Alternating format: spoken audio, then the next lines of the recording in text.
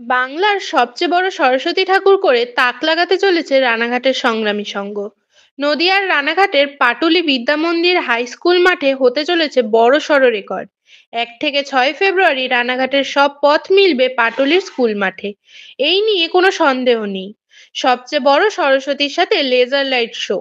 Club কর্তৃপক্ষ জানায় এই বছর তাদের পুজো 25 বছরে পদার্পণ করেছে।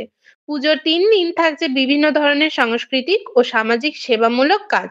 কি জানাচ্ছেন শিল্পী ও ক্লাব কর্তারা শোনাবো আপনাদের।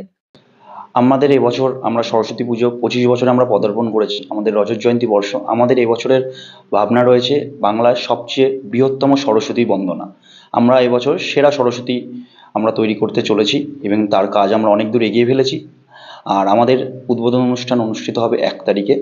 আমরা চাইবো আপনারা আসুন, সকলে মিলে আমাদের যোগদান করুন। এর পাশাপাশি আমাদের থাকছে 6 দিনব্যাপী বিশেষ মেলা এবং তার পাশাপাশি থাকছে এই বৃহত্তম সরস্বতীর পাশাপাশি একটা দারুণ লেজার শো। এই পুজোটা কবে থেকে আপনারা উদ্বোধন করছেন? আমাদের এই পুজোর উদ্বোধন অনুষ্ঠান হবে 1 ফেব্রুয়ারি। কতদিন চলবে? 6 তারিখ পর্যন্ত আমাদের পুজো চলবে, কারণ পরবর্তীতে মাধ্যমিক পরীক্ষা রয়েছে, সেগুলো আমাদের মাথায় রাখতে হবে। এই জন্য আমরা 6 তারিখ পর্যন্তই পারমিশনটা পেয়েছি প্রশাসনের কাছ থেকে। এই 6 দিন আপনাদের সাংস্কৃতিক অনুষ্ঠান কিছু করছেন? হ্যাঁ, আমাদের প্রথম দিন রয়েছে উদ্বোধনী অনুষ্ঠান, তার পাশাপাশি রয়েছে সাঁওতাল নাচ।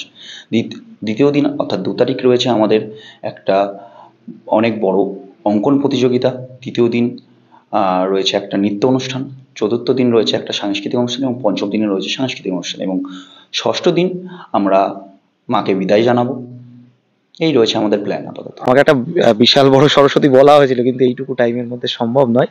সেটা অনেকটাই 100 ফুটের উপরের কথা বলা হয়েছিল, কিন্তু সেটা এই মুহূর্তে সম্ভব নয়। ওই কারণেই এই মুহূর্তে যেটা আছে ওদের সিক্রেট আছে, তবে অনেকটাই বড়। যেটা পাটুলিতে হচ্ছে এটাও একটা চমকদার, অনেকটাই বড় হচ্ছে। ওদের সিক্রেট আছে কতটা হচ্ছে। তো সরস্বতীর কাজ এটাই এখানে অনেকটাই করা আছে অংশের কাজ। আর কিছুটা হয়তো আমার পরশুদিন থেকে এখানে টোটালি এইটার কাজ হবে। এখানে 2-3 দিন কাজ হওয়ার পরে আবার ওখানে গিয়ে রং টং হবে। এটা পাটুলিতে হচ্ছে, আমাদের রানাঘাটের পাশেই। নদিয়ার রানাঘাট থেকে আকাশের সাথে বিশ্বদাসের প্রতিবেদন, স্পষ্টবার্তা 24 সংবাদ নিরপেক্ষ।